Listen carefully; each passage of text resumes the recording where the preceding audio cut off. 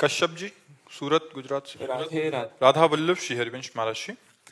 गुरुदेव, मेरा प्रश्न है कि उन सर्व सामर्थ्यशाली पूर्ण पुरुषोत्तम परमेश्वर मेरे गोविंद के लिए तो कुछ भी असंभव नहीं है, फिर एक भक्त के पूर्ण शरणागत होने के पश्चात भी उसका प्रारब्ध भी भस्म क्यों नहीं कर देते? क्या नहीं इसके नहीं नहीं नहीं, वो भक्त ही नहीं चाहता। चाह ले तो हो जाए, लेकिन वो भक्त नहीं चाहता। और जो चाह करे तो भक्त कैसा? जाहि न चाही कबहू कछु, तुम सन सहज सने, बसहु निरंतर तासुर, सोराउर निज गे। जीवन भर चाह मिटाने की ही तो बात की गई है। साधुता को मतलब क्या है? हमें कोई चाह ना रह जाए, हमें कोई आवश्यकता ना रह जाए, ना हमें जीने की चाह, न मरने की चाह, न हमें शरीर स्वस्थता से मतलब, ना अस्वस्थता से। तुम सन सहज सने, आपसे केवल प्यार हो। अगर ये चाह हो जाए कि हमारे रोग निवृत्त हो जाए, दुख निवृत्त हो जाए, तो फिर ये तो हो सकता है, लेकिन भगवत प्राप्ति नहीं हो सकती। भगवत प्राप्ति तभी होती है, हे नाथ, आपका दिया हुआ हर दुख मुस्कुरा कर सहूंगा, ना आपसे कहूंगा ना किसी से कहूंगा। प्यार का मतलब क्या होता है? प्यार, भक्त का मतलब होता है प्यार करने वाला भगवान को। और प्यार का मतलब क्या होता है? अपना विस्मरण हो जाना, केवल प्यारे का स्मरण। अपने दुख दर्द का स्मरण रहा तो फिर भक्ति का रंग क्या? भक्ति का रंग है प्यारे के स्मरण में मगन रहना और अपने को भूल जाना। और ज्ञान का रंग है सब कुछ भूल जाना, केवल मैं में स्थित हो जाना। और भक्ति का है मैं को भूल जाना, केवल तू में स्थित हो जाना। और माया का है मैं और तू। ये प्रेम जो है ना, बहुत सब कोई नहीं कर सकता। प्रेम प्रेम सब कोई कहे, प्रेम निर्वाह करना कठिन। चढ़ के मैन तुरंग पे चलिबो पावक माए, प्रेम पंथ अति कठिन है सबको निभात नाय। अपनी कोई परवाह नहीं। फिर प्रेम क्या है? अपने दुख दर्द की चिंता रही तो शरीराभिमानी, फिर प्रेम क्या है? महाराज जी, इसी प्रश्न को अगर दूसरे दृष्टिकोण से देखें महाराज जी, ये तो भक्त की स्थिति हो गई, वो नहीं चाह रहा। इनका एक भाव ये भी इसमें दर्शाया इन्होंने कि प्रभु जैसे अपने भक्त को, जैसे अभी दुख आया तो वो तो सर्वशक्तिमान है। वो सही पूछो तो दुख है ही नहीं, तुम्हें दिखाई दे रहा है ना। स्वप्न में कोई तमाचा मारे तो आपको जागृत में तमाचा का क्षोभ होगा क्या? पर स्वप्न में हो तो लगेगा, तड़ाक से लगेगा। अगर जाग चुके हो तो हंसोगे उसकी बात। ये क्या यार, कोई नहीं। समुद्र में एक आदमी स्वप्न में डूब रहा था और बोला बचाओ, मैं समुद्र में डूब रहा। आवाज निकल गई उसकी। तो बाहर के लोग अब क्या करें, उसको कैसे बचाएं? नौका ले आवे, तैराक ले आवे, क्या करें आप बताओ? उसको केवल जगा दो। नौका तैराक की जरूरत नहीं है, उसको जगा दो। एक बूंद पानी नहीं है, वो उसमें डूब रहा है। समझ रहे ना? ऐसे ही जब ज्ञान में भक्ति में जग जाया जाता है तो भैया दुख होते हुए भी दुख नहीं है। जेहि जाने जग जाए हेराई, जागे जथा स्वपन भ्रम जाई। सत्य मानिए, आपसे सच्ची कह रहे हैं, इस शरीर को जो कष्ट है वो भयानक है। कितने कष्ट मतलब आपको, लेकिन जीरो, कोई कष्ट नहीं। आपको क्या महसूस हो रहा है कि मैं कष्ट में हूं इस समय वर्तमान में? और वर्तमान में भी कष्ट में हूं। तो कष्ट ऐसे जैसे आपको पीड़ा हो रही और हम देख रहे हैं, पर हम पीड़ा में नहीं। ये मेरे भगवान की कृपा नहीं दिखाई दे रही? अब विचार करो, भगवान अपने भक्त का प्रारब्ध मिटा सकते हैं, लेकिन भगवान प्रारब्ध नहीं मिटाते, प्रारब्ध भोगने की सामर्थ्य देते हैं। कानून है, वो तोड़ सकते हैं। जगन्नाथपुरी के माधवदास बाबा, उनको संग्रहणी रोग हुआ तो बार बार सोच, 10-20 बार सोच हो तो आदमी की हालत खराब हो जाए। वृद्ध संत तो बेहोश हो गए। जब होश आया तो सुगंध, तो उन्होंने कहा कि कुटिया में तो दुर्गंध थी मल से। तो देखा समुद्र से लंगोटी धोते हुए आए जगन्नाथ जी स्वयं, नौ किशोर अवस्था, घनश्याम स्वरूप। तो उनका कौन हो सकता है जो हमारी लंगोटी धोए? तो जब मुड़े तो देखा रे कमल लोचन भगवान। तो कहा जय जय। हाँ बाबा, ये क्या कर रहे हो आप? मुझ दास की लंगोटी आप धो। तो बोला तुम्हारे पास और कोई है क्या? बोले प्रभु आपके सिवा तो कोई नहीं। तो बोले जिसका मेरे सिवा कोई नहीं है उसकी स्वयं मैं सेवा करता हूं। भगवान कहते हैं ना योगक्षेमम कराम में, हम नहीं कहा कि मैं करवा देता हूं, नहीं तो जय विजय को भेज देते। कितने भगवान के पार्षद हैं, भगवान किसी को पे वो स्वयं बोलते हैं योगक्षेमम वहां में हम मैं। तो यही प्रश्न किया था श्री बाबा ने ठाकुर जी से कि तो जय जय फिर प्रारब्ध ही नष्ट कर दो, इससे तो अच्छा कि हम आपको देख रहे हैं कि मल भरी लंगोटी धो रहे हो, तो इससे अच्छा हमारा।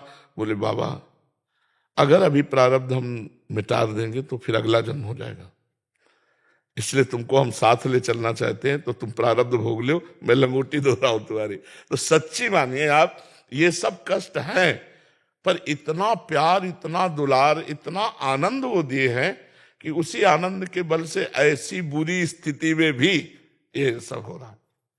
तो कैसे शिकायत करोगे आप बताओ? हमें पता है कि हमने बहुत बड़ी गलती की, अब हमको 100 लठ खानी, और वो 100 लठ में तो 90 तो माफ कर दिए और 10 ऐसे उठा रहे हैं और बस छुआ देते हैं। लोग समझ रहे कितनी जोर का पीटा जा रहा है और वो लठ ऐसे आती है। नहीं, अब आपसे कोई पूछे कि ये आपका स्वामी कितना निर्दयी लठ से मार रहा है, तो आपको क्या लगेगा? आपको लगेगा तुम कृपा नहीं जानते यार। नहीं, 100 लठ लगनी थी और ये जो 10 लग रही ना, ये केवल ड्रामा है, लठ लगाने का ड्रामा है, लठ नहीं लग रही। ऐसे ही पूरा जीवन हो रहा है, आप सच्ची समझ लो। केवल दुख का एक ड्रामा है, दुख नहीं है। भगवान अपने जन को दुख देते हैं। अरे आनंद समुद्र उनकी, मतलब उनके, हम बता रहे कि वाणी आगे बोल नहीं सकती कि वो कितना सुख देते हैं। बचपन से निकले थे, माँ परिवार सब संसार के राग का त्याग करके, तो क्या वो हमको दुख देंगे? अब हमको कर्म बंधन सताएगा, हमको प्रारब्ध सताएगा? नहीं नहीं नहीं। भगवान कहते हैं ऐसा कैसे? भगवान के वचन है ना। भगवान एक बार जो मेरी शरण में आ गया, मैं उसके सारे दुखों को नष्ट कर देता हूं। सन्मुख हुए जीव मोहि जमहि, जन्म कोटि अघनाश होते हैं। अब क्या रहेगा? अब केवल ड्रामा हो रहा है, ड्रामा। अनंत जन्मों के हिसाब किताब का फटाफट ड्रामा हो रहा है। ये भुगाए, ये भुगाए, और गोद में बैठाल के अपार सुख भगवान देते हैं। बच्चा अपार सुख वो हम तुम्हें बता नहीं सकते, क्योंकि वो अनुभव गम में भजेंगे संता, वो वाणी से नहीं। दूर से देखने में आता है कि जब ये भजन करते हैं भगवान के मार्ग में, तब इनको इतना दुख है, फिर हम लोग तो संसारी नहीं। आप ऐसा न सोचिए, डिब्बा में एक भी पावर नहीं है। पावर इंजन में है, लेकिन सैकड़ों को डिब्बा ले जाता है। इंजन 2 ही 4 होते हैं इंजन में, समझ रहे हो? नहीं, ये डिब्बा है, इंजन आगे चल रहा है, उसमें कनेक्शन है। हजारों बैठ जाओ तो वहीं पहुंच जाओगे जहां पहुंचना है। ये केवल नाटक है किडनी का, केवल नाटक नहीं। अगर तुम्हें किडनी पेशेंट देखना हो तो देखो ना, संसार में है तो किडनी पेशेंट, और जिसका रोज डायलिसिस होता हो, और फिर उसके पास इतनी बड़ी दिनचर्या हो जो स्वस्थ आदमी नहीं कर सकता। तुम्हें 9 बजे सुलाया जाए और 11-12 बजे जगा दिया जाए, तो अगर सत्संग में बैठोगे ना तो ऐसे हो जाओगे। सुनने में, बोलने में तो दिमाग ही काम नहीं करेगा। अगर पीड़ा है तो दिमाग काम करेगा?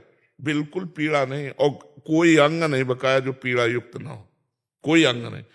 पर हृदय में आपको सच्ची कहते हैं, ऐसे आनंद प्रभु देते हैं कि ऐसा लगता है कि 10-20 किडनी होती है और सब फेल हो जाती है तो कोई फर्क नहीं पड़ता। महाराज जी पहली क्या कब समझ आएगी? आपने अभी एक वक्तव्य कहा कि भयंकर कष्ट है और हमें बिल्कुल कष्ट नहीं है। तो महाराज जी मतलब समझ, बातों से तो समझ आ रही है, बट वो अनुभव में कब कैसे उतरती है? जब भजन करोगे। बिना भजन के बारी मथे घृत होए बरु, सिकता ते बरु तेल, बिनु हरि भजन न भवतरी, या सिद्धांत पेल। अरे वो मतलब जैसे हम ऐसे ऐसे करते हैं तो समझ लो हमारे पास शब्द नहीं कि हम बता सके आपको कि भगवान कितना प्यार करते हैं। मतलब ये कुछ नहीं, ये सब ड्रामा है। शरीर के रोग, ये सब नाटक है माया का। उनका जो प्यार है, हम अविनाशी उनके अंश हैं, और वो हमारे अविनाशी अंशी हैं। उनका जो प्यार है वो कैसे तुम्हें बताएं? जैसे हम तुम्हें देख रहे हैं ऐसे वो मिलते हैं, वो ऐसे थोड़ी मिलते हैं हम ध्यान में, ये वृंदावन धाम है, ये कोई ऐसी बात नहीं कि और ये गुप्त रखनी चाहिए। हम तुम्हें बता रहे हैं, गुप्त क्या, जीवन तुम्हारे लिए है, अब क्या गुप्त, तुम ही तो हो। इन्हीं नयनन सब सुख देखे, अपनो जन्म सुफल कर लिखे।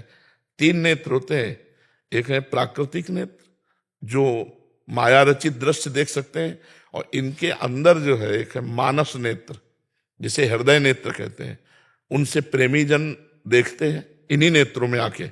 और एक होते हैं बुद्धि चक्षु ज्ञानी, वो जो ब्रह्म तत्व का दर्शन करते हैं। गोलक यही होते हैं, नेत्र गोलक यही होते हैं, नेत्रेंद्री बदल जाती है, एक हो जाती है प्रेममयी और एक होती है ब्रह्ममयी ज्ञानमयी। वो जिधर देखता सर्वम खलमिदम ब्रह्म, वो जिधर देखता जित देखो तित श्याममयी। दृष्टि बदल गई, गोलक यही रहते हैं, नेत्र गोलक यही रहते हैं, दृष्टि बदल जाती है। समझ रहे ना बच्चा? बहुत प्यार भगवान करते हैं, बहुत प्यार करते हैं। उनके प्यार की जय हो। अपनी अधमता और प्रभु के प्यार की होड़ लगी है, इसीलिए सबको कहते हैं नाम जप करो। क्योंकि देखो, जब भीष्म जैसे महापुरुष बाल ब्रह्मचारी को 6 महीना बाणों की सैया, तो अपने लोगों के कितना हिसाब किताब है, तो सारे हिसाब किताब को भगवान नष्ट करने का वादा कर रहे हैं।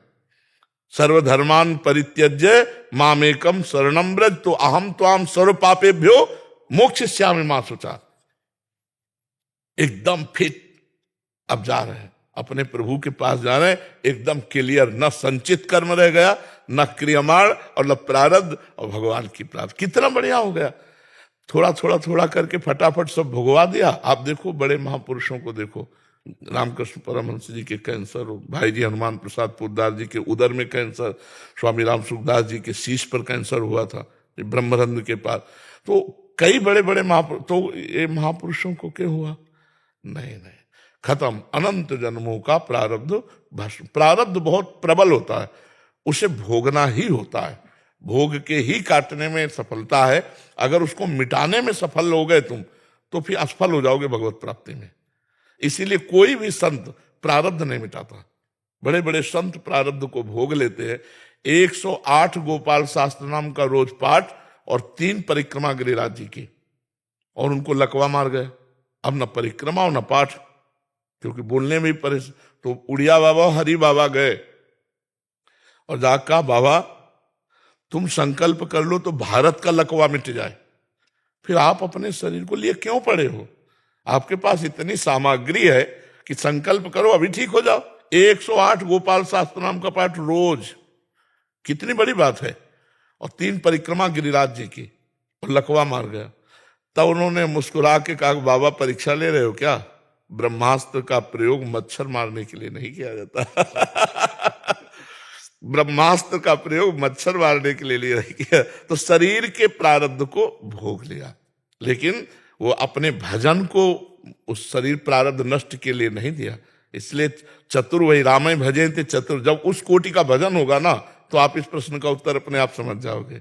और जब तक अपने माला 2 माला 4 माला, तो लगता है कि भगवान हमें जुखाम न हो, हमें बुखार न हो, हमें ये रोग न।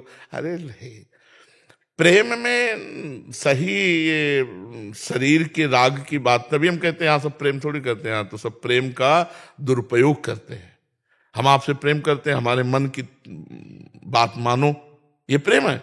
इसे स्वार्थ कहते हैं, काम कहते हैं, वासना कहते हैं, राग कहते हैं। प्रेम का मतलब है हम आपसे प्रेम करते हैं, आपको सुख देंगे, आपके अनुकूल हम चलेंगे, आप जो पसंद करोगे वही आपको लाके देंगे।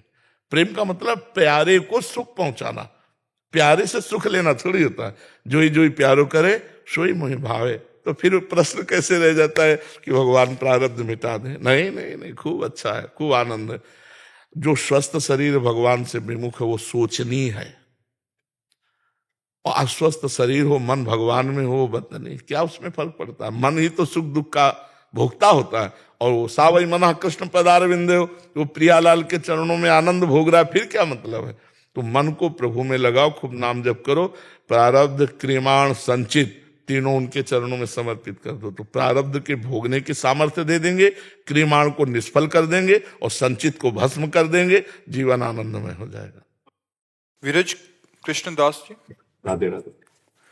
राधे राधे महाराज जी। महाराज जी, श्रीमद् भागवतम में प्रहलाद जी कहते हैं कि अपनी अनियंत्रित इंद्रियों के कारण भौतिकवादी जीवन में अत्यधिक आसक्त व्यक्ति नारकीय स्थितियों की ओर बढ़ते हैं और बार बार चबाए गए भोजन को चबाते हैं। कृष्ण के प्रति उनका झुकाव कभी भी जागृत नहीं होता, न तो दूसरों के निर्देश से, न ही उनके अपने प्रयासों से, या दोनों के संयोजन में। फिर प्रहलाद जी ही इस समस्या का निवारण भी देते हैं कि भौतिकवादी जीवन की ओर अत्यधिक प्रवृत्त व्यक्ति जब तक भौतिक कलमश से पूर्णतः मुक्त वैष्णव के चरण कमलों की धूलि को अपने शरीर पर नहीं लगाते, तब तक वे भगवान के चरण कमलों के प्रति आसक्त नहीं हो सकते, जिनकी महिमा उनके असाधारण कार्यों के लिए की जाती है। केवल कृष्ण भावना भावित होकर ही इस प्रकार भगवान के चरण कमलों की शरण ग्रहण करके ही कोई व्यक्ति भौतिक कलमश से मुक्त हो सकता है। महाराज जी, यदि पूज्य महाराज जी इस श्लोक पे हमें समझा सकें कि इसका व्यवहारिक अर्थ क्या है, पाद रजोभिषेकम क्या होता है, उससे कैसे व्यवहार में लाएं, निष्किंचन व्यक्ति की लक्षणता क्या है। नैषाम मतिस्ताव दुरुक्रमांहि स्पर्शत्यानर्थ्यापुगमो यदर्था महीयसाम पाद रजोभिषेकम निष्किंचना नाम न वृणीत यावत। श्री प्रहलाद जी ने कहा, जब तक निष्किंचन महापुरुषों के चरण रज से हम अभिषिक्त नहीं होते, इसका कारण आज्ञा पालन है। मूल चरण रज तो एक दैन्यता का प्रतीक है, लेकिन चरण रज के जो सेवन करने की भावना है वो है आज्ञा पालन। किसी महापुरुष की आज्ञा में जो भगवान के अनुराग रंग में रंगा हुआ है, सब साधन एक तरफ और भगवान का प्रेम एक तरफ। भगवान गीता जी में इन सब बाहरी बातों को कहीं नहीं बोला, एक बात बहुत बार बोली है, अनन्यस चिंतयन्तो माम अनन्य चेता सततम। भगवान इसमें कह रहे मैं बहुत जल्दी प्राप्त हो जाऊंगा। अनन्य चेता सततम यो माम स्मृति नित्यसः तस्याहम सुलभा पार्थ नित्य युक्त योगिना। अनन्य चिंतन, महात्मा कौन? जो भगवत चिंतन परायण हो। कैसा भगवत चिंतन? अव्यावृत भजनात्। देवर्षि नारद जी कहते अखंड भजन, तदर्पिता अखिलाचारिता तद्विस्मरणेन परम व्याकुलते थी। जो समस्त आचरण भगवान को समर्पित किए हुए और हर समय भगवान के स्मरण में डूबा है, थोड़ा भी विस्मरण का आभास होने पर भी वो व्याकुल हो जाता है। जैसे मछली को जल से बाहर कर दो, सबसे बड़ी पहचान भगवत स्मृति की, और वो अंदर का विषय बाहर से जाना नहीं जा सकता। इसलिए देवर्षि नारद जी ने कहा मात संगस्तु दुर्लभ हो, महापुरुषों का संग बड़ा दुर्लभ है। फिर कहा अगम्यो, निर्वाह कर पाना उनका संग कठिन है, और निर्वाह कर ले गए तो अमोघस्य, निश्चित भगवत प्राप्ति हो जाएगी। कुछ बाहरी लक्षण होते हैं जिनका व्यवहार प्रपंच में भी सानिध्य प्राप्त होता है। ऐसा नहीं कि न प्राप्त हो, नहीं तो व्यवहार प्रपंच में डूबे हुए लोगों का मन आकर्षित करके भगवान में लगाना ये हो ही नहीं सकता। ये उन्हीं महापुरुषों से होता है जिसके समीप बैठने से हमारे हृदय में एक अलौकिकता का आनंद उठे और हमारे दोष हमारे सामने सब आने लगे। मैं इतना नीच हूं, मैं ये देखो मेरे अंदर ये दोष, मेरे अंदर ये दोष, आपके अंदर बिल्कुल रील चलने लगे और लगे मैं कितना अधम हूं, अब मैं भगवान का भजन करूंगा, अब मैं इन दोषों को छोड़ूंगा। बिना कहे तुम्हारे अंदर ही चलने लगेगा। उनका परमाणु, उनकी कृपा वो आपका परिवर्तन प्रारंभ कर देगी। जिनके देखने से ऐसा लगे, देख तो पहली बार रहा हूं लेकिन ऐसा लग रहा है हमारा इनका परिचय बहुत पुराना है, क्योंकि भगवान में जुड़े हैं ना, भगवान में चित्तवृत्ति है और भगवान का हर अंश जीव है, तो ऐसा लगता है कि इनको देख तो मैं पहली बार रहा हूं लेकिन ऐसा लग रहा है मेरे बहुत पुराने मित्र हैं, मेरे बहुत पुराने प्रिय हैं। जिन संतों के दर्शन मात्र से, संभाषण मात्र से संसार फीका लगने लगे, असत आचरण छूटने लगे, भगवान प्रिय लगने लगे, ये बाहरी पहचान। आंतरिक तो आप सरिश्चा कर देंगे, जैसे वो है वैसे तुम्हें बना देंगे। आप सरिश्चा है सबकी, ना वो अपने समान बना देंगे। और संत की स्थिति संत ही जान सकता है, अन्य नहीं जान सकते। जैसे विद्यार्थी अपने टीचर की योग्यता का निर्णय नहीं कर सकता है, क्योंकि तो विद्यार्थी काखा गाघा पढ़ रहा है और वो डिग्री लेके पढ़ाने आया है। तो ऐसे ही महात्मा, क्योंकि आधुनिक विद्या तो वाणी के द्वारा समझ में आ सकती है कि कितना ग्रेजुएट है, लेकिन आध्यात्मिक विद्या तो सूक्ष्म दृष्टि से ही समझ में आएगी। वो केवल वाणी से, वाणी तो फराटेदार, नायमात्मा प्रवचने न लभ्या, बहुत बढ़िया प्रवचन कर लेता तो आत्मबोध थोड़ी हो जाएगा, भगवत साक्षात्कार थोड़ी हो जाएगा। और न में दया, बहुत बुद्धिमान है तो वो नहीं होगा, न बहुना श्रुतेन, बहुत सुनने वाला है तो भी नहीं होगा, क्योंकि वो बोध है ना, वो तो गुरु प्रसाद से होता है। हो सकता है आत्मज्ञानियों पर बोल ना पाता हो सकता है भगवत साक्षात्कार किए हुए पर बाहरी कोई भी ऐसा चिन्ह नहीं जिससे आप जान सको कि भगवान का भक्त है। तो हम संतों को नहीं पहचान सकते। यहां तक कि रहुगण भगवान कपिल देव से सत्संग करता, लेकिन क्या जड़ भरत जी को पहचान पाया? पालकी में ज्योति दिया इतने बड़े महापुरुष को, और सत्संगी था और सत्संग करने ही जा रहा था। इसलिए महापुरुषों को पहचानना तो भगवान की सिर्फ कृपा से हो सकता है। हाँ, बाहरी पहचान है, जिनके संग मात्र से, संभाषण से, दर्शन से असत वासनाएं छूटने लगे और हमारे अंदर सत भावना, भगवत भजन, श्री कृष्ण प्यारे लगने लगे, यही संतों की पहचान है। तो संतों की चरण रज का सेवन का मतलब है, रहुगण से जड़ भरत जी ने भी यही कहा है, जो प्रहलाद जी ने कहा वही रहुगण से भरत जी ने कहा कि रहुगणित तत्तपसा न याति न चेद्या न निरपणाद ग्रहाद्वा न छंदसा न जलाग्नि सूर्यो बिना महात्पाद रजोभिषेकम। वहां कह रहे निष्किंचना नाम न वृणीत यावत। निष्किंचन का तात्पर्य होता है जो भगवान के सिवा कोई भी संग्रह परिग्रह जिसके हृदय में नहीं, वो अम्बरीश जी है। निश्चिंतन का मतलब ऐसा नहीं होता भिखारी फटे कपड़े, वैसे नहीं। भगवान के सिवा जिसके हृदय में कोई संग्रह परिग्रह नहीं, कोई अहमता ममता नहीं, वो चाहे चक्रवर्ती सम्राट अम्बरीश जी हो और चाहे कोई भिक्षावृत्ति से रहने वाला एकांत से भी हो। निष्किंचन का मतलब ऐसा नहीं होता कि उसके फटे कपड़े हैं, गरीब आदमी है तो निष्किंचन है। कोई अहमता ममता नहीं भगवान के सिवा। ध्रुव जी निष्किंचन है, प्रहलाद जी निष्किंचन है, और सम्राट रहे, प्रहलाद जी भी सम्राट रहे, ध्रुव जी भी सम्राट रहे। और ये निष्किंचन का तात्पर्य कोई बाहरी लक्षण से नहीं, क्यों बेचारा फटा पुराना हो फिर लौकी का कमंडल बोले निष्किंचन नहीं, सब कुछ है पर कोई अहमता नहीं, कोई ममता नहीं। प्रभु के सिवा कोई अहमता ममता नहीं। सावई मना कृष्ण पदारविंद, ये है निष्किंचन। तो उनकी आज्ञा पे रहना। मान लो हम चरण रज ले ली, मनमानी कर रहे हैं, तो चरण रज का कोई प्रभाव थोड़ी होगा। कौन सा कण ऐसा वृंदावन का है जो महापुरुष की चरण रज नहीं है? प्रिया प्रीतम से लेकर गोपियों से लेकर अभी तक कितने महापुरुष हुए, हर कण। लेकिन अगर आप आज्ञा पे नहीं चल रहे तो क्या प्रभाव है, आप देख लो खुद। वही संसारिकता, वही है धाम, लेकिन आप देखो ना क्या प्रभाव है। तो आज्ञा का पालन करना, आज्ञा ही चरण रज का सेवन करना, मतलब दास्ता है। चरण रज का सेवन का मतलब दास्ता, दास्ता का मतलब आज्ञा सन्न सुसाहब सेवा, अपने साहब की आज्ञा का पालन करना। संत गुरुदेव उनकी आज्ञा पे रहना। सोच पा रहे बच्चा? उनके बताए हुए आचरण, उनके बताए हुए किए हुए उपदेश पर चलना, यही है चरण रज का सेवन, दास्ता का मतलब। नहीं तो ऐसे चरण रज लगा लो और आज्ञा का पालन संतों की ना करो तो मुझे लगता है कि लाभ अनुभव में नहीं आएगा। क्यों बच्चा जी? नितिन कुमार जी, मीना रानी जी पंजाब से। राधे राधे जी। महाराज जी राधे राधे। महाराज जी, भगवत गीता में 4 योग का वर्णन किया है, कर्म योग, भक्ति योग, ज्ञान योग, सांख्य योग। महाराज जी, इन 4 योग का ज्ञान योग सांख्य योग एक ही है। जिसे सांख्य योग कहते हैं ना, उसे ही ज्ञान योग कहते हैं। और जो कर्म योग है ना, वो मिश्रित भक्ति संबंधी ही है। सारे कर्म भगवान को अर्पित करना, सब वस्तु भगवान की मानना, सबको भगवान मान के सेवा करना, तो कर्मयोग हो जाता है। और निरंतर भगवान के चिंतन में लीला कथा गायन श्रवण, भगवान की श्रीअंग की सेवा, भक्तों की सेवा, ये भक्ति हो जाता है। मुख्यतया हम कहेंगे 2, एक है ज्ञान योग और एक है भक्ति योग। ज्ञान योग में अष्टांग योग, ज्ञान योग में ही सांख्य तत्व गणना, और भक्ति योग में कर्म योग मिल जाता है, क्योंकि कर्म के द्वारा ही तो भक्ति होती है। तो भक्ति योग कर्म योग एक ही समझ लीजिए, उनका वर्णन अलग अलग थोड़ा है।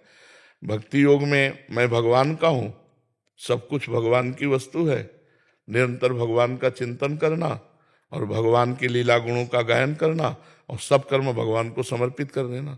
अब ठीक कर्मयोग में ये सब परमात्मा की दी हुई वस्तु है, सब रूपों में परमात्मा विराजमान है, उसी परमात्मा के द्वारा दी हुई वस्तु के द्वारा परमात्मा स्वरूपों की सेवा करता हूं, मुझे कोई फल नहीं चाहिए, मेरी कोई आकांक्षा नहीं, वो मोक्ष को प्राप्त हो गया। तो मुख्यतया दो ही आते हैं, भक्ति योग और ज्ञान योग। ज्ञान योग में सांख्य योग, अष्टांग योग, भक्ति योग में कर्म योग, ये सब आ जाते हैं। उनका विस्तार छोटा छोटा अलग अलग करके बहुत रूपों में किया गया, लेकिन मुख्यतया दो ही धाराएं हैं, एक है भक्ति और एक है ज्ञान। जितने भी ज्ञान योग की धाराएं हैं वो सब मैं में स्थित होने की है, मैं में। और जितनी भक्ति योग की अन्य सब धाराएं हैं वो सब तू में स्थित होने की है। और जितनी माया की धाराएं हैं वो सब मैं तू में स्थित होने के लिए है। मैं तू में ही स्थित, मैं और मोर तोड़ते माया, मैं अहम ब्रह्मास्मि। और तू हे गोविंद जिधर देखो तू ही तू है, तू ही तू है, अपना विस्मरण करके उसी में लीन हो जाना, ये भक्ति। बिल्कुल सरल भाषा में समझ लो, ठीक है। डॉक्टर पीयूष शर्मा जी, बरेली से। राधे राधे महाराज जी। महाराज जी, मैं एक चिकित्सक हूं और अपनी सेवाएं अपनी निजी क्लिनिक पर दे रहा हूं। थोड़ा सा लंबा चौड़ा लिखा है, कह रहे कि इनके अचानक चलने में असमर्थ हुआ 2020 में, फिर इन्होंने इलाज नहीं कराया, श्री जी के बल से अभी रह रहे हैं। महाराज जी, इनका सवाल है कि आप कहते हैं कि काम, क्रोध, लोभ, मोह, माया से दूर रहना चाहिए, और मैंने ये भी सुना है कि ये जीवन एक रंगमंच है और हम इसके किरदार हैं, तो हमें एक अच्छे किरदार के नाते एक अच्छा पति, पुत्र, पिता व संबंधी के रूप में निभाना चाहिए। आपने पूरा सही नहीं सुना। अगर सही सुना होता तो अपने पाणी ग्रहण करके पत्नी के साथ संतानोत्पत्ति की भावना से जो काम किया जाता है वो काम मैं हूं, भगवान बोले विभूतियों में, वो धर्म में काम मैं हूं, लेकिन व्यभिचार में काम वो निषेध है। अगर पाणी ग्रहण किया है तो अपनी ही पत्नी के सहवास से जो संतानोत्पत्ति की भावना से, शास्त्र इतने के लिए आदेश करता है, इतने के लिए आदेश नहीं करता कि आपका ब्याह हो गया तो फिर आप धर्माचरण छोड़ करके पशुता में आ जाओ, ऐसा नहीं लिखा हुआ है। संबंधियों के जीवन यापन के लिए धन का एक अहम रोल है, और इस प्रकार धन भी धर्म के द्वारा, पहले पुरुषार्थ को समझो, चतुर्थ पुरुषार्थ है धर्म, अर्थ, काम, मोक्ष। धर्म की सीमा को पहले, उसके अंतर्गत धन होना चाहिए, और जो धर्म से ही काम की पूर्ति होनी चाहिए, तब मोक्ष की प्राप्ति हो जाएगी। धर्म और मोक्ष के बीच में दो पुरुषार्थ रखे गए, अर्थ और काम। हमारी कामना की पूर्ति मोक्ष तक होनी चाहिए, केवल लौकिक ही नहीं रहनी चाहिए। और हमारा अर्थ धर्म से युक्त होना चाहिए। अगर अर्थ हमारा धर्म हटा दिया जाए फिर लिया जाए तो अर्थ पिशाच बना देगा, वो तुम्हारा सर्वनाश कर देगा। ऐसी कामनाएं उत्पन्न होंगी कि आप बंधन को प्राप्त हो जाएंगे। इसलिए ब्रह्म ऋषियों ने बहुत सोच करके शास्त्रों में लिखा है, धर्माद्यर्थ चतुष्टयम, धर्म, अर्थ, काम, मोक्ष। तो धन चाहिए परिवार पोषण के लिए, पर प्रारब्ध के अनुसार ही मिलेगा आपको। चाहे जितना आप कर लो, प्रारब्ध के अनुसार मिलेगा। क्रियमाण आपका बहुत अच्छा, जैसे आप बहुत डिग्री पढ़े लिखे हो, नौकरी नहीं मिलेगी। प्रारब्ध खराब है तो नौकरी नहीं मिलेगी। आप बहुत बड़े डॉक्टर हो, लेकिन प्रारब्ध खराब है तो मरीजें नहीं आपके पास आएंगे, अविश्वास हो जाएगा। और प्रारब्ध अगर जोर का है तो कम पढ़े लिखे हो तो भी काम चल जाएगा। अनुभव अधिक है और डॉक्टरी की आपके पास वो नहीं है ज्यादा सर्टिफिकेट, तो भी लोगों की भीड़ लग जाएगी कि बहुत अनुभवी डॉक्टर है। एकमात्र प्रारब्ध केवल भगवत प्राप्ति का नहीं है, किसी के भाग्य में नहीं लिखा है। और यही हम लिखने के लिए आए हैं कि मनुष्य जीवन में मैं भगवान को प्राप्त करूं, ये और सुख, दुख, उन्नति, अवनति सब लिखा हुआ है। महाराज परीक्षित के कुंडली जब बनाई ना, भागवत में पढ़ के देख लेना, तो जन्म से लेकर के और मरण तक का बता दिया कि तक्षक सर्प से मरेंगे, लेकिन परमहंस संहिता सुनकर भगवान को प्राप्त होंगे, भाग्य में नहीं लिखा। ये भगवान की कृपा से हुआ है। तो धन चाहिए, सबको चाहिए जीवन यापन के लिए, और यथा योग्य भगवान सबको प्रारब्ध के अनुसार दिए, पर अधर्म से नहीं। अधर्म से यदि धन आया तो सर्वनाश कर देगा। चाहे 100 रुपया हो तो अपने हिसाब भर वो नुकसान पहुंचा देगा समय आने पर। तो धन चाहिए, काम भी चाहिए, क्योंकि सृष्टि बढ़ रही, तो धर्म के अनुसार काम की बात कही। हम लोग पशु थोड़ी है। आप सोचो, आपकी बहन को कोई गंदी दृष्टि से देखे, आपको पसंद नहीं आएगा, आपके आग लग जाएगी, तो आप दूसरे की बहन की तरफ क्यों देखते हो? आत्मना प्रतिकूलानि परेशान न समाचरित। आपकी पत्नी की तरफ कोई गंदी दृष्टि से देखे तो कैसा लगेगा, तो आप दूसरे की पत्नी की तरफ कैसे, आत्मना प्रतिकूलानि परेशान न समाचरित। तो धर्म से यदि काम सेवन करो, धर्म से अर्थ का सेवन करो, तो आखिरी परिणाम है मोक्ष। धर्म अर्थ काम मोक्ष, ऐसा। कोई संशय आपको? जी केदार पांड्या जी बड़ोदरा से। जी। राधे राधे महाराज जी। महाराज जी, मुझे कुछ लाइफस्टाइल से जुड़े स्वास्थ्य समस्याओं का सामना करना पड़ रहा है। मुझे ये पता है कि सही जीवन शैली, सही नियमित व्यायाम, उचित आहार अपनाने से मैं इन समस्याओं को ठीक कर सकता हूँ। फिर भी मैं अक्सर अपनी इच्छाओं के कारण भटक जाता हूँ। महाराज जी, इनका कहने का मतलब इच्छाओं से भटक जाते हैं कि महाराज जी कोई आध्यात्मिक विशेष साधना या अभ्यास या मंत्र या ध्यान प्रक्रिया बता सकते हैं जिससे मैं भटकूं ना, और जो एक संयमित दिनचर्या। कै बजे उठते हो सो के? 7 बजे। 4 बजे उठो। पहली बात मानो, 4 बजे उठ करके और आधा लीटर जल हल्का सा गर्म करके, और वज्रासन में बैठना जानते हो? वज्रासन में बैठ के 10 मिनट में पियो, थोड़ा धीरे धीरे, और फिर 10 मिनट टहलो, शौच जाओ, स्नान करो, स्नान करने के बाद 20 मिनट व्यायाम करो, फिर 2-3 किलोमीटर चलो या दौड़ो, जितनी तुम्हारी सामर्थ्य हो, राधा नाम जपते हुए। व्यायाम और दौड़ और चलना। फिर इसके बाद जो आपकी दिनचर्या सांसारिक हो, हम पूजा की एक भी बात नहीं कह रहे, अपनी सांसारिक दिनचर्या करो, और जब आपको समय मिले तो सत्संग सुनो और गीता जी ले लो, श्रीमद् भगवत गीता जी, और टीका की हुई है पूज्य श्री स्वामी राम सुखदास जी महाराज ने, बहुत जोर की टीका है, मतलब बहुत जोर की है, सरल से सरल भाषा में। स्वामी जी ने इतनी बड़ी कृपा की कि ग्रामीण आदमी भी गीता को समझ सकता है। तो थोड़ी देर गीता पढ़ो, और इसके बाद जो कार्य करो उस कार्य में करते हुए राधा राधा राधा राधा, और जो कार्य करो वो भगवान को समर्पित कर दो। 1-1 घंटा या 5 घंटा या 12 घंटा, जैसा तुम्हारा अभ्यास बन पावे। 1-1 घंटा में कि ये जो 1 घंटे में हमने कार्य किया, जितना नाम जप किया, वो सब हम हे प्रभु आपके चरणों में समर्पित करते। अभी आप देखो रंग आने लगेगा। शुरू तो करो, और पराई माता बहनों की तरफ गंदी दृष्टि मत करो, बेविचार न करो। अगर ब्याह हो गया हो तो एक सीमा में रहो, अपने घर में अपनी भावना। कोई नशा न करो। नशा करते हो कोई नशा मत करो, अभी जीवन आनंदमय हो जाएगा। समझ पाए? मंत्र भी मिल गया और रास्ता भी मिल गया। राधा नाम परा विद्या है, जो स्वयं भगवान श्री कृष्णचंद्र जी रटते रहते हैं। राधा हरि रसना राधा राधा रट, जपत हरि विवस्तव नाम प्रतिपद विमल, मनसि तव ध्यान ते निमिष नहीं तरिवो। राधा राधा राधा, ऐसे श्री जी श्याम श्याम श्याम, कृष्ण कृष्ण रटती रहती है। तो इसलिए नाम जप करो, कर्तव्य का पाओ। 4 बजे उठ जाओ ब्रह्म मुहूर्त में। कै बजे सोते हो? नहीं, गलत टाइम है। 10 बजे तक सो, तब 4 बजे उठोगे। 10, 11, 12, 1, 2, 3, 4, 6 घंटा पूरे सोने को मिल गया। तो 10 बजे से 12 बजे के बीच में क्या करते हो? अच्छा, आप कोई कार्य करते हो तो दोपहर में फिर आपको समय मिल जाएगा, तो आप दिन में सो लीजिए थोड़ा। पर ये 4 बजे वाला समय व्यायाम, अपनी दिनचर्या, नाम जप करते हुए, और फिर दिन में 12 बजे सो लीजिए। क्योंकि अगर आप 12 बजे रात्रि करते हैं तो शाम टाइम नौकरी होगी आपकी। हाँ, तो ठीक है, आप दिन में थोड़ा आराम कर लीजिए। खान पान देखो, शरीर स्वस्थ है तो धर्म भी होगा, अध्यात्म भी होगा, और लोकवत कार्य भी हो। और शरीर अस्वस्थ है तो क्या हुआ? जो सूर्य उदय होते हुए अपनी चारपाई में सैया में है, उसकी आयु, श्री, स्वास्थ्यता, आनंद, स्मृति सब अपहरण हो जाती है। और आज प्रायः ये नियम बना लिया गया, 12-1-2 बजे सोना और 10-11 बजे तक सुबह सोते रहना। 12-1 बजे 2 बजे रात्रि के शयन करना और सुबह 11-12 बजे तक सोना। ऐसा सुनते हैं हम। ऐसा ही है। हाँ, क्योंकि प्रायः सूर्य उदय के पहले अगर हम पूछे कि कितने लोग उठते हो, तो शायद है कि 2-4 लोग, या तो काफी लोग उठते।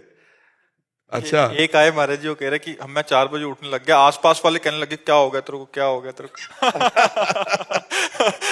घर वाले कह रहे तुम, मतलब हमें भी सोने नहीं दे रहा, बोला 4 बजे उठ रहा है। 4 बजे इतना अंधेरा? 4 बजे या 4 बजे तो सत्संग होता है। हम तो धन्य मान रहे हैं भारतवासियों को, भैया इतनी ठंडी में रोड में आके खड़े हो जाते हैं, सर्दी का समय है, ना कोई आग ना कोई कुछ, और कहां कहां से लोग आते हैं, और छोटे छोटे बच्चे, नवजात शिशु, माताएं, बहनें। हम तो प्रणाम करते हैं कि भारतवासियों को कि इतनी श्रद्धा एक साधु के प्रति, ये उनकी श्रद्धा नमन करने योग्य है कि ऐसी सर्दी में रात के हम 2 बजे निकलते हैं, वो पहले खड़े होते हैं, इसका मतलब वो 12-1 बजे से खड़े होंगे, तब कितनी बड़ी श्रद्धा है। सर तुम्हारे जी रोड के साइड में सो जाते हैं कि जैसे कुछ बजेगा तो उठ जाएंगे। बिल्कुल बिल्कुल बिल्कुल। ठीक। सचिन जी चंडीगढ़ से। राधे राधे प्रभु जी। राधे राधे महाराज जी। महाराज जी, आपके मुख से कई बार सुना है कि आप कहते हैं कि ये शरीर कभी भी हम छोड़ सकते हैं या चले जाएगा। नहीं, छोड़ ये नहीं बात सकते, चला जाएगा, उसकी अवधि है। सरकारी डिपार्टमेंट है, सरकारी जिस दिन फोन आता है कि आप गाड़ी बंगला खाली करो तो खाली करना पड़ेगा, चलो आप उस जगह चलो तो चलना पड़ेगा। महाराज जी सुनकर बहुत रोना आता है महाराज जी। ये शरीर समर्पित है कितने सारे आपको, मतलब अब भगवान का खेल है, हमारे तुम्हारे कहने से थोड़ी होगा। वही मतलब सरकारी कानून है, सरकारी हिसाब किताब, या किसी का कुछ नहीं चलेगा, जाना पड़ेगा। पर हम क्या करके जा रहे हैं ये खास बात है। जाना तो सबको है, हम जाने की तैयारी कर लें। जो पहले से तैयार न थे, पछता पछता कर चले गए। हम सबको जाना है, जाने की तैयारी कर लो। जो पहले से तैयार न थे, पछता पछता कर चले गए। तो इसलिए जाना तो है ही बच्चा, पर बड़े आनंद में जाना है, क्योंकि प्रभु का जस गा रहे, प्रभु का नाम जप कर रहे, प्रभु की शरण में, तो आनंद पूर्वक। कोई गलती हो तो भगवान क्षमा करें, अब उनकी शरण में है, और इसके बाद भगवान को ही प्राप्त हो जाना है। तो जाना तो है ही है ना, सबको जाना है, तुमको भी जाना है, हमको जाना है। इसका नाम है मृत्युलोक, बराबर कसाईवाड़ा काल का। जैसे पशु सब वो कसाईवाड़े में नहीं होती, और हरी हरी घास खवाता है, पंखा के नीचे रखता है, तो कोई सुख थोड़ी दे रहा है। वो आएंगे नंबर में, जहां नंबर आया तो गड़ासा चलेगा। ऐसे हम सब काल के कसाईवाड़े में पैक है, हर एक का नंबर आ रहा है। बोले एक्सीडेंट हो गया, दिल फेल हो गया, कोई काल का नहीं बताता। काल को कोई कहता है क्या? नहीं नहीं, क्या हुआ? बोले वो हार्ट फेल हो गया, हार्ट फेल हो गया, चले गए। सबको जाना है, सबका आखिरी समय है, मृत्यु। इसीलिए राम राम, कृष्ण कृष्ण, हरि हरि, राधा राधा जितना रट लो वही तुम्हारे साथ जाएगा। यहाँ का 1 रुपया नहीं जाएगा, 1 व्यक्ति नहीं जाएगा, 1 इंच जमीन नहीं जाएगी, सारा बैंक बैलेंस यही धरा रहेगा। और अगर राम राम जपा है, राधा राधा जपा है, कृष्ण कृष्ण जपा है, वो तुम्हारे साथ जाएगा। तो जाना तो है ही बच्चा, पर आनंद पूर्वक जाया जाए। नहीं अच्छा ये कि ये बने रहे नहीं सरकारी आदमी। अच्छा देखो, हमारी सरकार कमजोर तो है नहीं, मान लो एक अधिकारी गया तो दूसरा आ जाएगा। हाँ, दूसरा को ऐसा खड़ा कर देंगे कि जो पहले वाले से भी अच्छा होगा। तो हमारे मालिक के पास कोई कमी थोड़ी, एक से एक महाभागवत में भेज देंगे, पूरे लोक के लोक को तारने की सामर्थ्य रखते हैं। जी प्यार तो एक से होता है ना, आप ही बताएं कि प्यार तो। हाँ, पर अब इसको करोगे क्या करोगे? लड़ाई थोड़ी लड़ोगे कि आंदोलन छेड़ दिया कि तो भगवान ऐसे नहीं। भगवान का जितना समय दिया हुआ है उतने में ही आनंद ले लो, फिर चलो अपने भगवान के पास। दूसरे की सेवा आ जाएगी, क्रम बाई क्रम सेवा चलती रहती है, सरकारी है काम ये।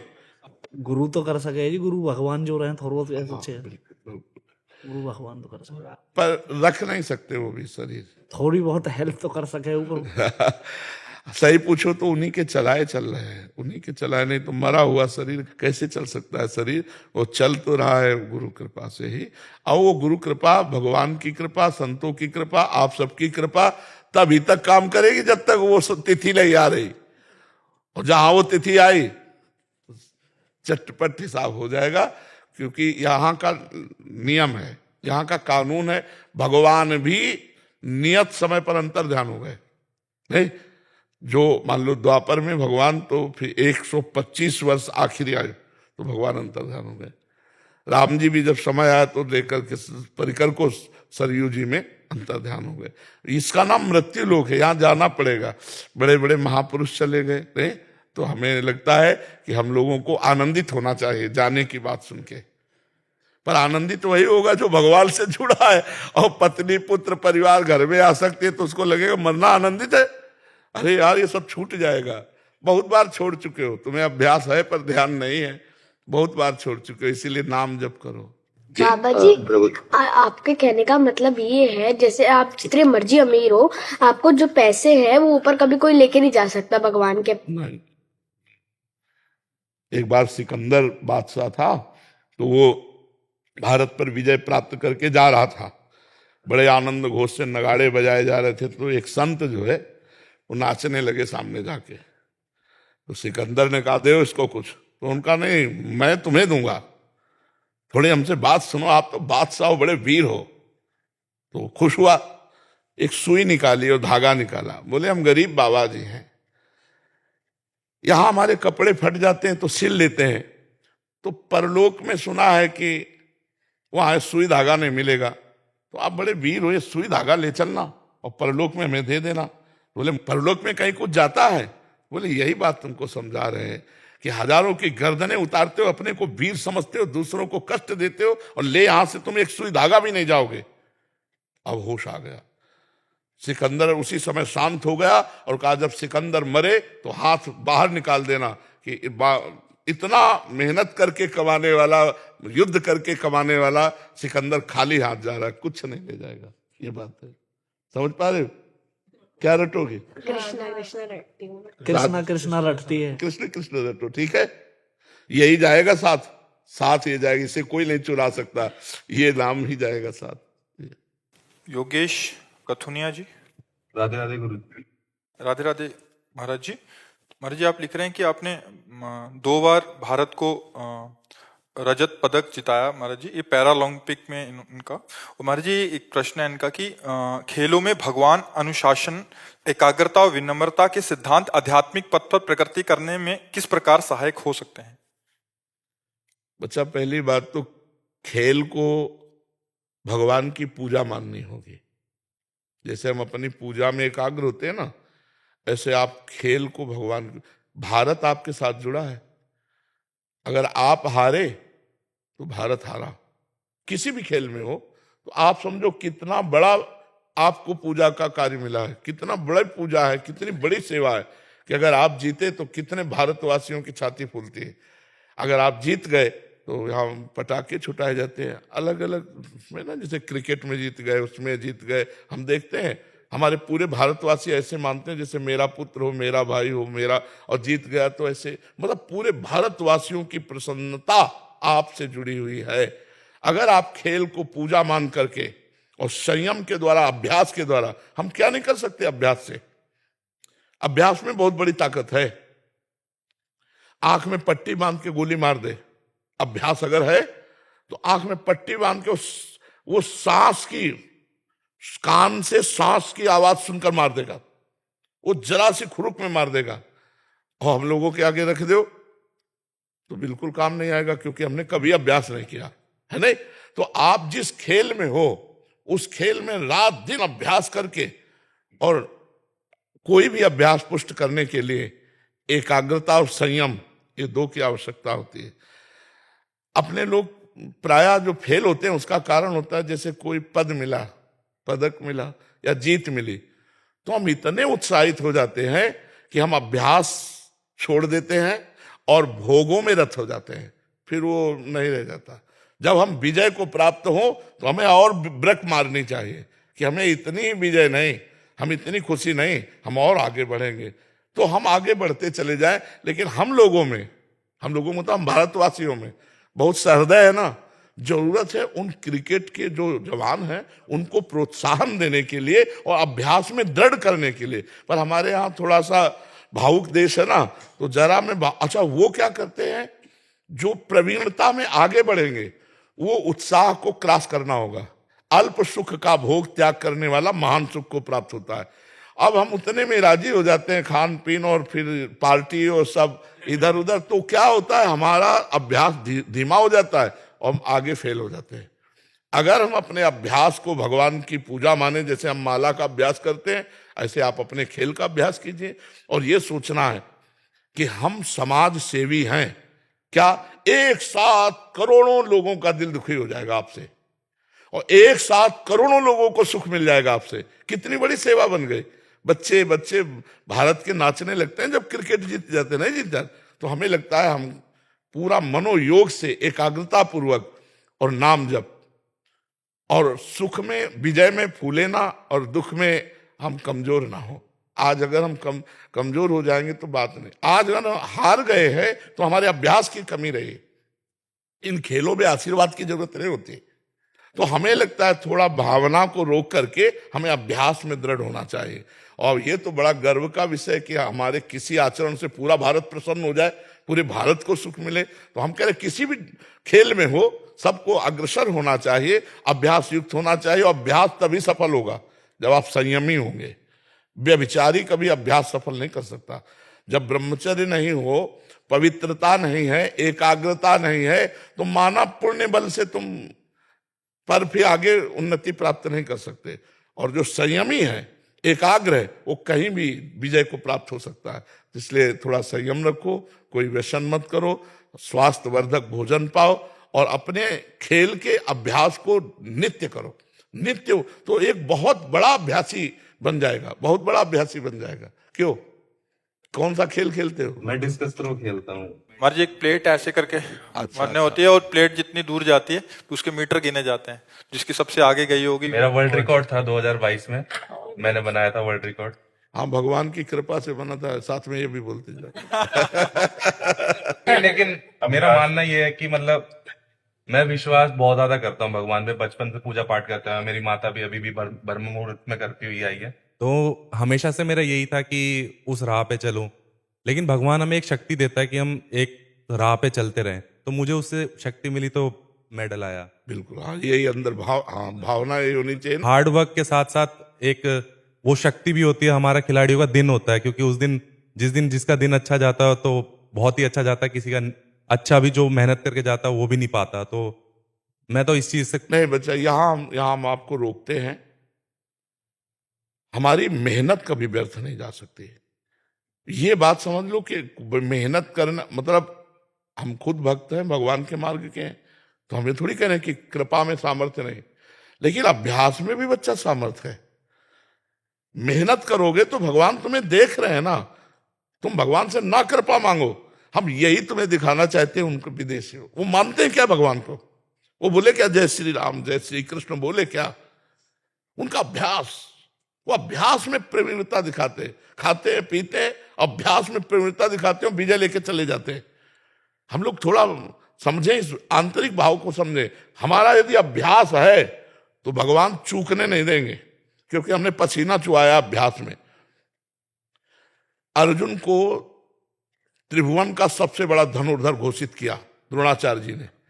अर्जुन एक दिन जंगल में भ्रमण कर रहे थे तो उनके साथ एक कुत्ता था। कुत्ता ने भूंक दिया तो पूरा मुख बाणों से भर गया उसके, केवल भूंकते भूंकते, और कहीं भी खून नहीं। मतलब बाण से वो गजब का हस्तलाघव हो। मतलब बाण जाएगा तो छेदेगा तो है, लेकिन नहीं, केवल मुंह भर गया। तो उनका किसने भरा? तो सामने देखा किरात वेश में एकलव्य खड़ा था। तो अब भाई, त्रिभुवन का सबसे बड़ा धनुर्धर अर्जुन आज हार गया केवल देख के। तेरे जैसा धनुर्धर ने कहीं घाव नहीं, कुत्ते के मुंह में चोट नहीं, और पूरा मुंह बाणों से भर दिया केवल भूखते, मतलब इतने समय में। किसका शिष्य है? तो उनका गुरु द्रोणाचार्य। तो उनका ऐसा कैसे हो सकता है? उन्होंने तो मुझे भी धनुर्धर तो कब सिखाया? तो उनका गुरु जी ले आओ दिखाया कुटिया में, केवल मूर्ति बना के और प्रणाम करके और धनुष का अभ्यास किया तो उच्च धनुर्धर बन गया।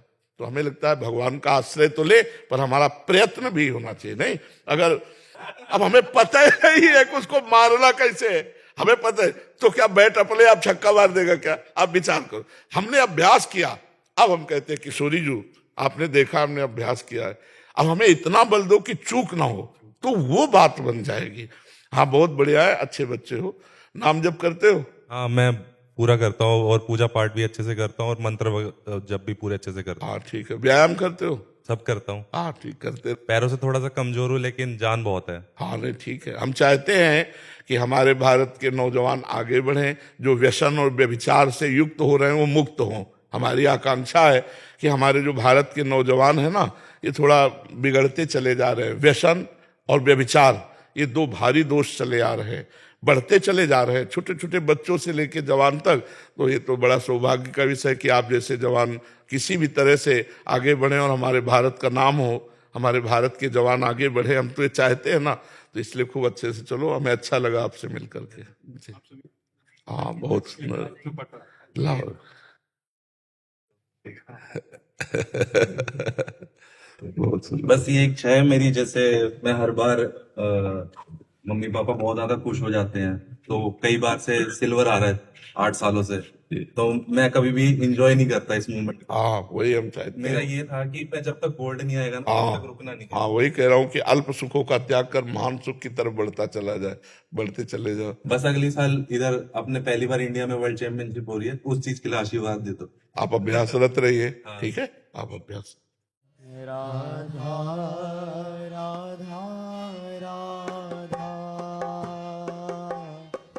राधा राधा